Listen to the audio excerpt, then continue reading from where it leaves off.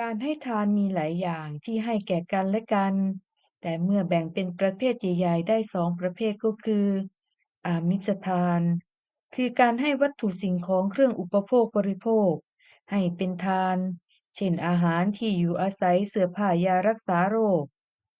ธรรมทานคือการให้ความรู้เป็นทาน ถ้าเป็นทางโลกก็คือให้ศิลปะวิทยาการต่างๆ โดยไม่หวังค่าตอบแทน เรียกว่าวิทยาทาน หากเป็นทางธรรมก็คือให้คำแนะนำสั่งสอน ให้ละชั่วประพฤติดี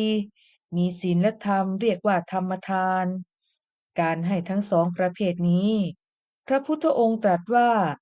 ธรรมทานถือเป็นทานที่ชนะทานทั้งปวง